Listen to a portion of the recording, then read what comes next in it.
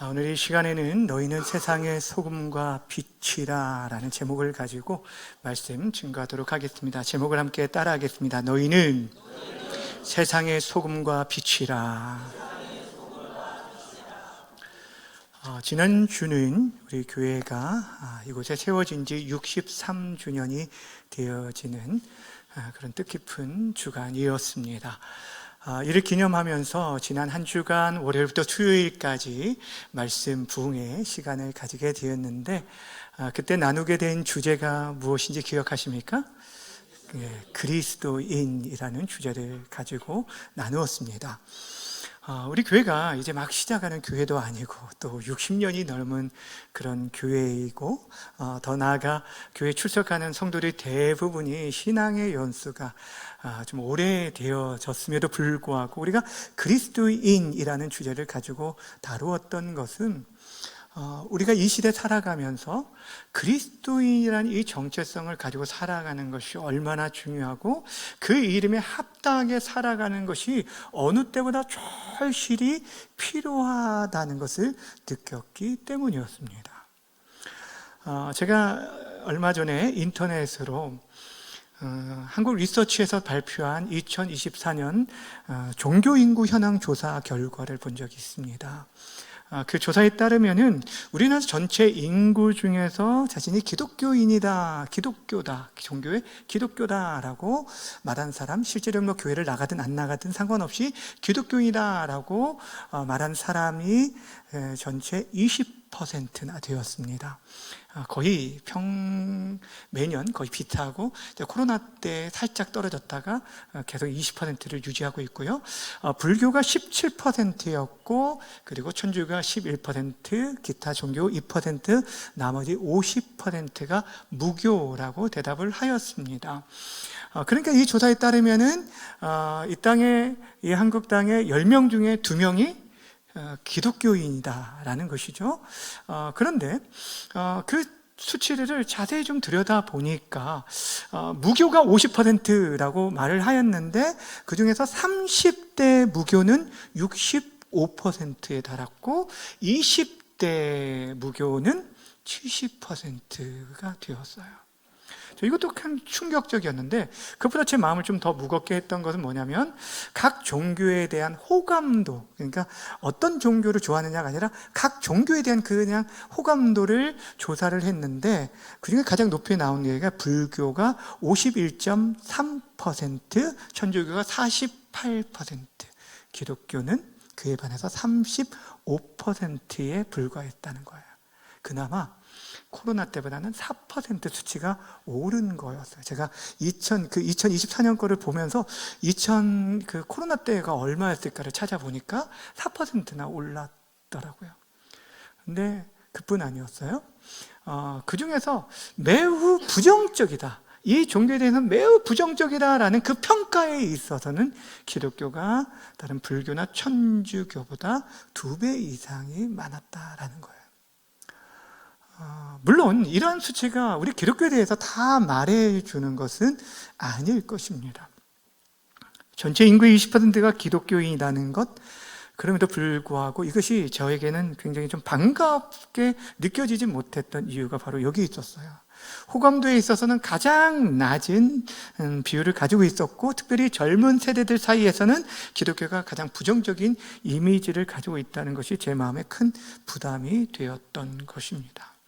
한국교회가 1000만 성도를 드러내고 자랑하고 내세우고 있지만, 교회에 대한 우리 한 사람 한 사람이 다시 한번 정직하게 질문해 봐야 할 것이 바로 이거에 있다는 거예요. 나는 정말 진실한, 신실한, 진정한 그리스도인인가?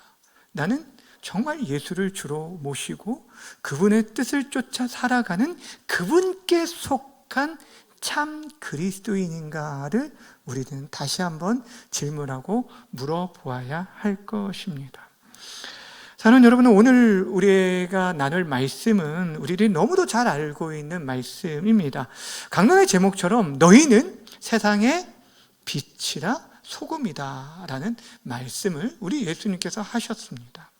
근데 이 말씀을 우리가 바르게 이해하기 위해서 먼저 생각해야 할 게 뭐냐면 오늘 예수님께서 말씀하신 그 대상, 소금이고 빛이라 라고 말한 그 너희는 과연 누구를 말하는지를 먼저 확인해 보아야 한다는 거예요. 당시에 예수님을 따르는 수많은 무리들이 있었습니다.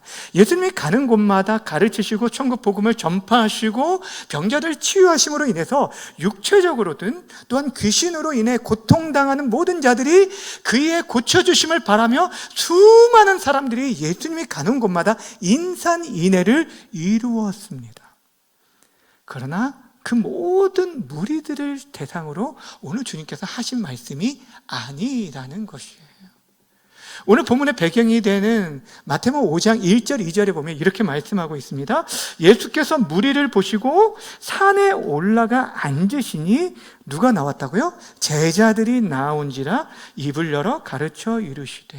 다시 말씀드리면 예수님께서 수많은 무리들이 따랐지만 예수님의 병 고쳐주심과 그분을 통해서 떡을 먹고 무언가를 얻기 위해 찾아온 수많은 무리들이 있었지만 예수님께서 그들을 떠나 산에 올라가셨을 때 끝까지 그분의 말씀에 귀를 기울이고 그 말씀 앞에서 순종하며 따르고자 하는 무리들, 새로운 제자들, 그 제자들을 향해서 예수님께서 말씀해 주고 있다라는 것입니다. 다시 말씀드리면 본문에 나오는 너희는 단순한 구경꾼들이 아니라 예수님의 말씀 앞에 서 있는 제자들을 의미하는 거예요.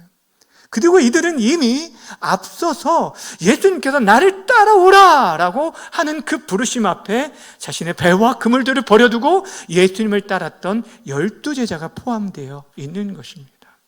오늘날로 말하면 그들은 단순히 자신의 종교란에 기독교라고 적는 이름뿐인 그리스도인을 말하지 않는다는 것입니다.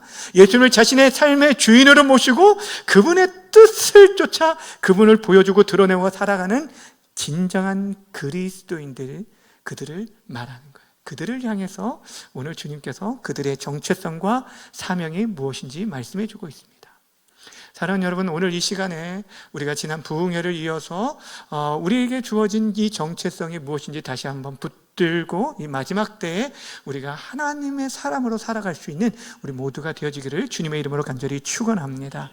자, 그렇다면 예수님께서는 그의 말씀 앞에 순종하고 따르고자 하는 그 제자들을 향해서 하도 많은 것, 여러 가지들이 있음에도 불구하고 왜 그들에게 소금과 빛이라고 말씀해 주셨을까? 그것은 분명합니다. 무엇이냐면 당시, 지금도 마찬가지지만 당시에 이것이 없으면 사람들의 일상 속에 절대로 없어서는 안 될 중요한 것이 바로 소금과 빛이었기 때문이었습니다. 제자들이 얼마나 존귀한 존재인지를 보여주고 더 나아가 제자들이 이 땅에서 감당할 사명이 무엇인지를 그들에게 가장 분명하게 보여줄 수 있는 비유로 예수님께서는 소금과 빛의 비유를 들어주신 것이에요. 여러분, 고대 사회의 소금은 생명 다음으로 귀한 것으로 여겨졌어요. 그래서 소금 때문에 나라 가운데 전쟁도 일어나기도 하고 그 나라의 경제가 소금을 중심으로 이루어질 정도였어요. 예수님 당시 로마 사람들의 말 가운데 이런 얘기가 있습니다. 태양과 소금보다 더 유용한 것은 없다라고 말할 정도였어요. 그런 시대적인 배경 속에서 예수님께서 세상 기준으로 보면 내세울 것도 가진 것도 보잘것도 없는 그를 따르는 제자들을 향해서 뭐라고 말씀하셨냐? 너희가 소금이고 빛이다 라고 말씀해 주셨다는 거예요.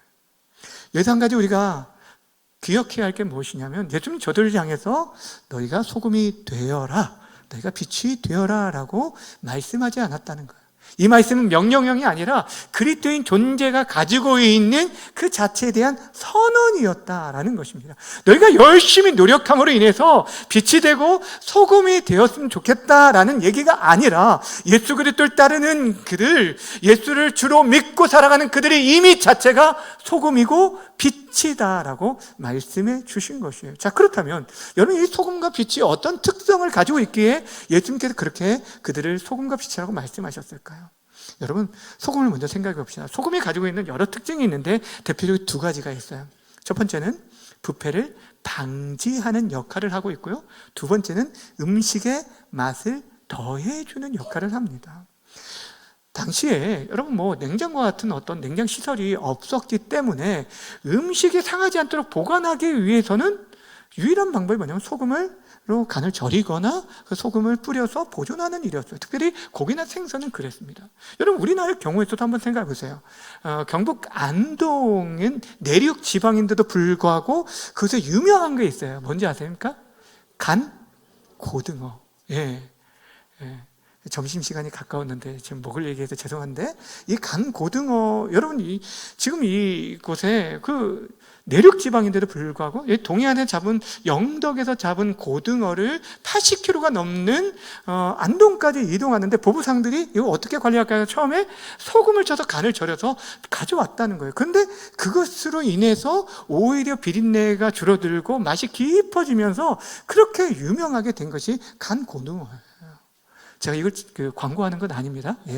무엇을 말하려고 하냐면 이 소금이 하는 역할이 그만큼 부패를 방지하는 것이고 맛을 더해주는 거예요. 요즘 사람들이 이 건강을 위해서 나트륨 섭취를 좀 줄이고 있는 그런 형편에 있지만 그렇다 할지라도 모든 음식에 소금이 들어가지 않는 음식이 없고요. 소금 없는 음식이 있다 할지라도 그것은 거의 먹을 수가 없을 정도로 맛이 없습니다. 어떤 분이 이런 얘기를 하더라고요. 소금은 단지 짠맛을 내는 것이 아니라 그 음식의 고유의 맛을 살려주는 역할을 한다라고 하더라고요. 저는 그게 참 맞는 말인 것 같아요. 근데 하나님께서 우리 주님께서 그리스도인 역시 세상 속에서 부패한 것을 막을 뿐 아니라 세상에 하나님의 선하심을 더 깊이 맛볼 수 있도록 하는 존재로 우리를 세워주셨다는 거예요. 그런데 예수님 당시에 이 소금은 유대 사회에서는 좀 더 깊은 의미를 가지고 있었는데 구약의 율법에 보면 그들이 제물을 하나님께 올려드릴 때마다 그 제물에 뿌려야 했던 것이 있었습니다. 그것이 무엇일까요? 소금이었어요. 특별히 소제물에 대해서 레위기 2장 13절이 이렇게 말을 합니다. 함께 읽습니다. 시작. 내 모든 소제물에 소금을 치라. 내 하나님의 언약의 소금을 내 소제에 빼지 못할지니 내 모든 예물에 소금을 치라라고 얘기를 하죠. 하나님께 드려질 그 제물을 정결케 하기 위한 목적도 있는데 이 소금을 하나님 언약의 소금이라고 얘기를 하는 것은 소금이 변하지 않는 그 성질을 가지고 하나님의 그 신실하신 언약을 빗댔을 때 소금 언약이라고 부르기도 하였다라는 것입니다. 다시 말씀드리면 하나님께 드리는 제물을 정결케 하는 목적과 함께 하나님과의 언약을 맺으면 신실하게 우리가 지키겠다라고 할 때 소금을 뿌려서 확인을 했어요. 그런데 그렇게 소중한 소금을 그를 따르는 제자들에게 뭐라고 하냐면 너희가 바로 그 소금이다라고 말씀하고 있는 거예요. 저들이 변하지 않는 하나님의 언약의 말씀을 붙들고 그 말씀으로 살아내어질 때 저들이 소금같이 이 시대의 죄악과 부패를 가로막고 맛을 내는 존귀한 자로 쓰임받게 될 것을 말씀해 주고 있는 거예요. 이것이 소금이 가지고 있는 특징입니다. 여러분 빛이 가지고 있는 특징이 무엇일까요? 빛도 크게 두 가지가 있는데 어둠을 몰아낸다는 것이고 또한 밝히 길을 밝혀서 사람들로 하여금 바른 길로 인도하는 역할을 하게 됩니다. 여러분 빛이 비춰지면 어둠은 자동적으로 사라지게 되어집니다. 그 어둠을 여러분들이 하나하나 없애는 게 아니라 빛이 비춰지기만 하면 그 어둠이 사라지게 되어지고 그곳에 생명의 역사가 싹트게 되어져요. 창세기 1장에 보면 하나님께서 이 세상을 창조하셨을 때 창조 전에 이 땅의 상태를 뭐라고 표현하냐면 땅이 혼돈하고 공허하며 흑암이 깊음 위에 있다라고 말을 하고 있습니다. 그런 가운데 하나님께서 첫 번째 외치셨던 말씀이 무엇이에요? 빛이 있으라. 그리고 그 말씀으로 인해서 여러분 생명의 역사, 창조의 역사가 나타나게 되어준 것이에요. 이게 빛이 가지고 있는 역할입니다. 또한 빛은 밝게 비춰서 사람들로 하여금 어디로 가야 할지 그 길을 갈 수 있는 안내자의 역할을 합니다. 오늘 본문 14절에 보면은 너희는 세상의 빛이니 산 위의 동네가 감추지 않는다, 못한다라고 얘기를 합니다. 당시에 이 유대 사회에서 유대인들이 거주했던 그 주거지가 어떤 곳이냐면 주로 야트막한 산 위였습니다. 그러니까 방어에서 좋을 뿐 아니라 주위에서 잘 보여지는 곳, 그리고 각 집이 밤에 불을 켜게 되었을 때 그 마을의 빛으로 인해서 수많은 순례자들이 방향을 잡을 수 있는 등대와 같은 역할들을 하게 되었다라는 거예요. 그런데 너희는 세상의 빛이라라는 이 말을 오해해서는 안 되는 것이, 우리 자체가 어떠한 빛을 발할 수 있는, 스스로 빛을 낼 수 있는 그런 존재라는 말은 아닙니다. 성경은 우리에게 분명하게 유일한 빛은 오직 예수 그리스도라고 말을 하고 있고, 예수님조차 자신을 가르쳐 나는 세상의 빛이라라고 말씀하셨어요. 요한복음 8장 12절 말씀인데, 이 말씀에서 중요한 부분이 있어요. 함께 읽어볼까요? 시작.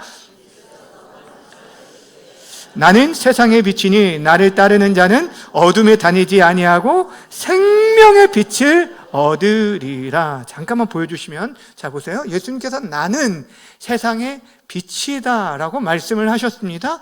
거기서 그치지 않고 나를 따르는 자는 더 이상 이제 어둠에 거하지 아니하고 어떤 걸 얻게 되냐면 생명의 빛을 얻게 되어주는 거예요.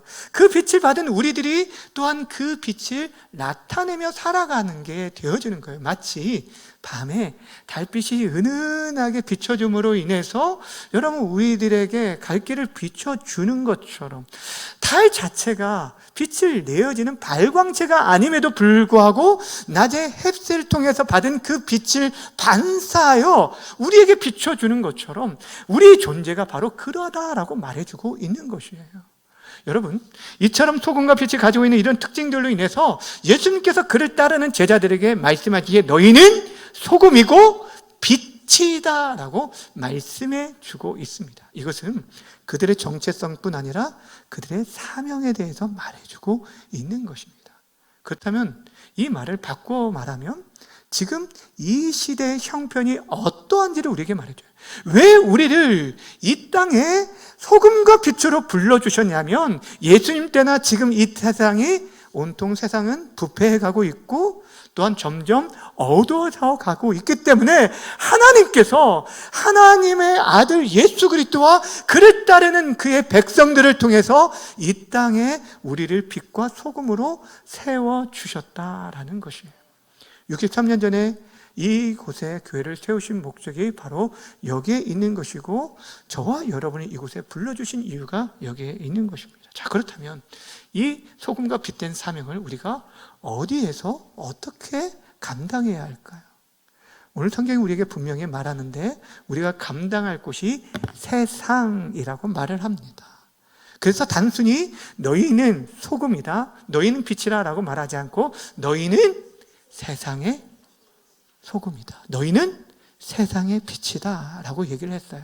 근데 사실 헬라어 원어의 성경에 보면은 우리에게는 세상이라고 똑같이 단어로 되어 있지만 세상이 아니라 겐, 앞에는 겐으로 되어 있고 그 뒤에는 코스모스로 되어 있습니다. 13절은 겐으로 되어 있고 14절은 코스모스로 되어 있고, 영어 성경에서도 보면은 더 어스와 더 월드로 조금 차이가 있습니다. 근데 사실 이 겐이라는 단어가 어떠냐면 땅이란, 우리가 발을 딛고 지내는 이 땅을 말하는 거예요. 세상을 말하기도 하지만 땅을 말하는 거예요. 1차적으로는 우리의 삶의 현장을 말하는 거예요.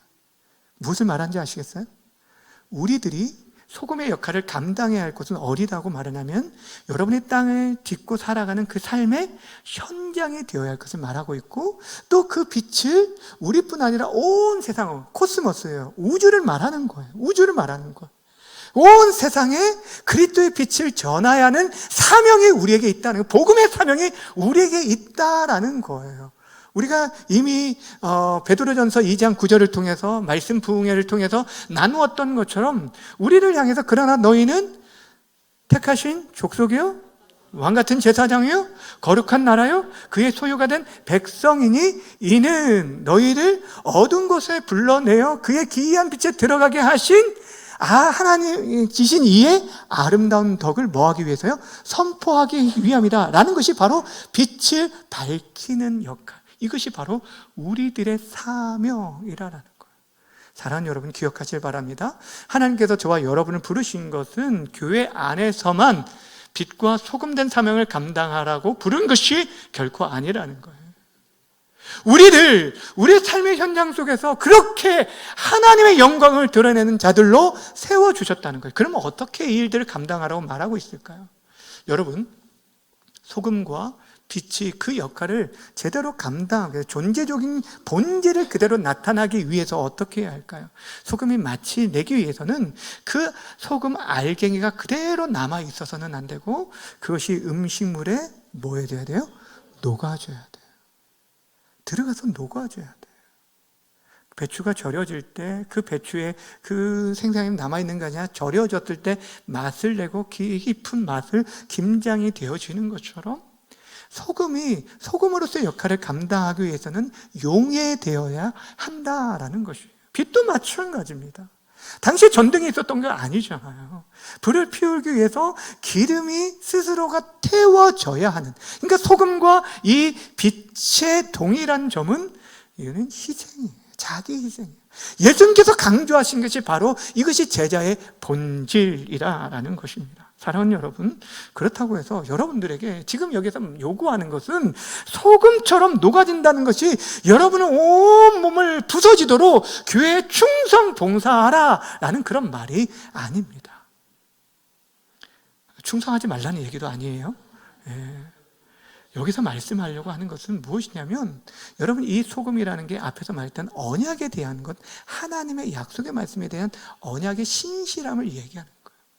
그 말씀이 우리 가운데 머릿속으로만 아는 것이 아니라 우리 말씀에, 우리의 심령 가운데 그 말씀이 녹아지는 거예요. 그리고 그 말씀으로 살아내는 삶이 있을 때 우리가 맛을 내어주고 부패를 방지하며 나아갈 수 있다라는 거예요. 그러할 때 거룩함으로 무장된 한 사람을 통해서 공동체 가운데 거룩함이 나타나게 되어지고 그 공동체가 죄악의 물결을 막아낼 수 있는 거예요. 빛의 사명도 마찬가지입니다.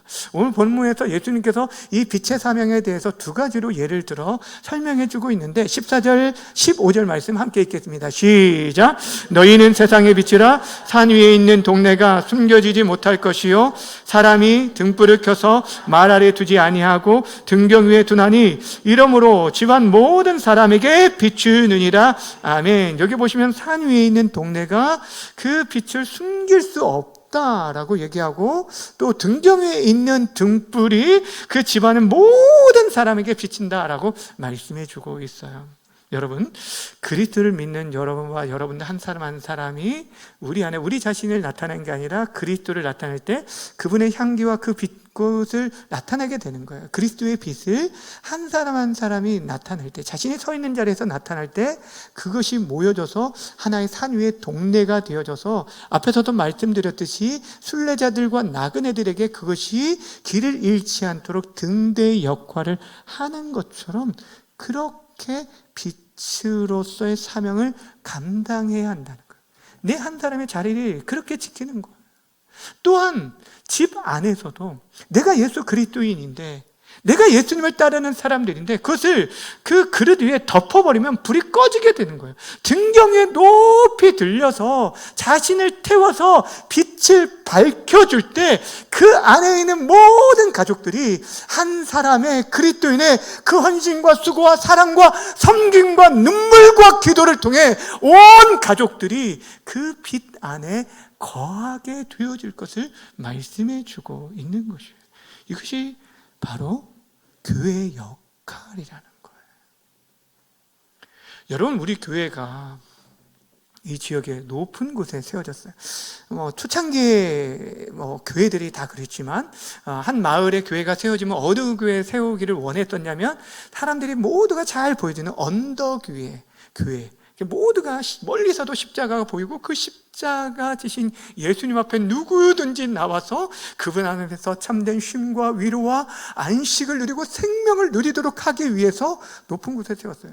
우리 교회에도, 여러분, 제가 이전에 40여 년 전에 찍었던 이 지역, 송탄 지역을 찍은 사진을 보았어요. 근데 그때 저희 교회가 이 주변에 다른 거 아무것도 없는데 교회만 보이더라고요. 왜? 우리 장로님들 얘기를 들어보니까 오산에서도 와도 중간에서 이 교회가 보일 정도로 그렇게 보였다는 거예요.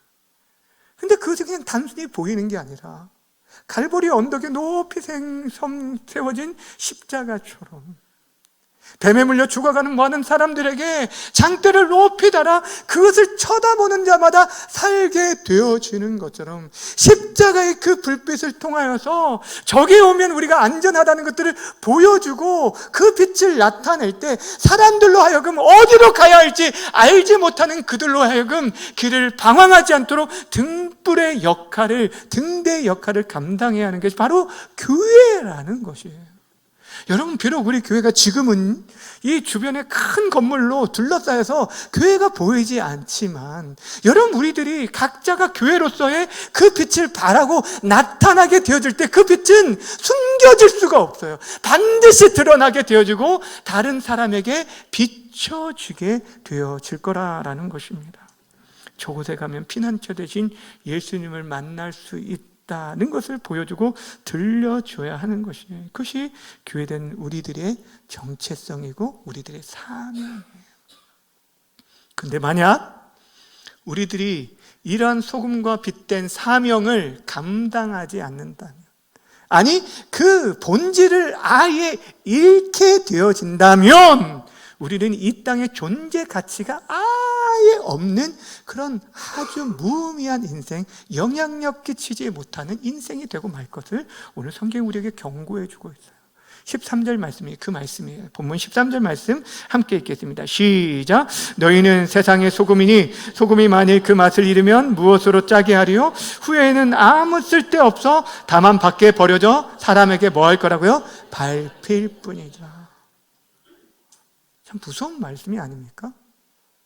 소금이 너무너무 귀한 건데 그 맛을 잃게 되어지면, 그 본질을 잃어버리게 되면, 우리 그리스도인들이 한 사람 한 사람이 너무너무 존귀한 자인데 본질 대신 예수 그리스도를 잃게 되어진다면, 교회마다 십자가의 불은 높이 들려서 반짝이는데 우리 각 심령마다 그 생명의 빛을 잃게 되어지면 어떻게 된다고요? 사람에게 버려져서 밟히게 된다. 이 시대에 기독교가 세상으로부터 조롱을 받는 이유가 여기에 있지 않을까요? 여러분 기억하셨으면 좋겠어요. 오늘 예수님께서 13절에 얘기하시면서 뭐라고 하냐면 소금의 맛을 잃으면 무엇으로 짜게 하리요? 라고 얘기를 합니다. 무엇을 얘기합니까? 여러분, 설탕은요, 설탕 아니고도 다른 단맛을 낼 수 있는 여러 재료들이 있는데 분명해서 짠맛은 소금 외에 대체할 것이 없어요. 무엇을 얘기하는지 아시겠어요? 우리 사명이 그만큼 중요하다는 거예요. 우리의 사명을 대체할 수 있는 다른 사람이 없다라는 거예요. 대체 불가하다는 거예요. 그만큼 우리가 맡은 사명이 중요하고 교회 외에는 누구도 할 수 없는 일이 있다라는 거예요. 여러분 생각해 보세요. 누가 세상을 그리스도께 인도할 수 있을까요? 누가 사람들에게 천국의 소망을 보여줄 수 있냐는 거예요. 바로 주님의 몸된 교회, 예수 그리스도를 주로 고백하며 따르는 저와 여러분들이 그 일을 감당할 수 있다라는 거예요.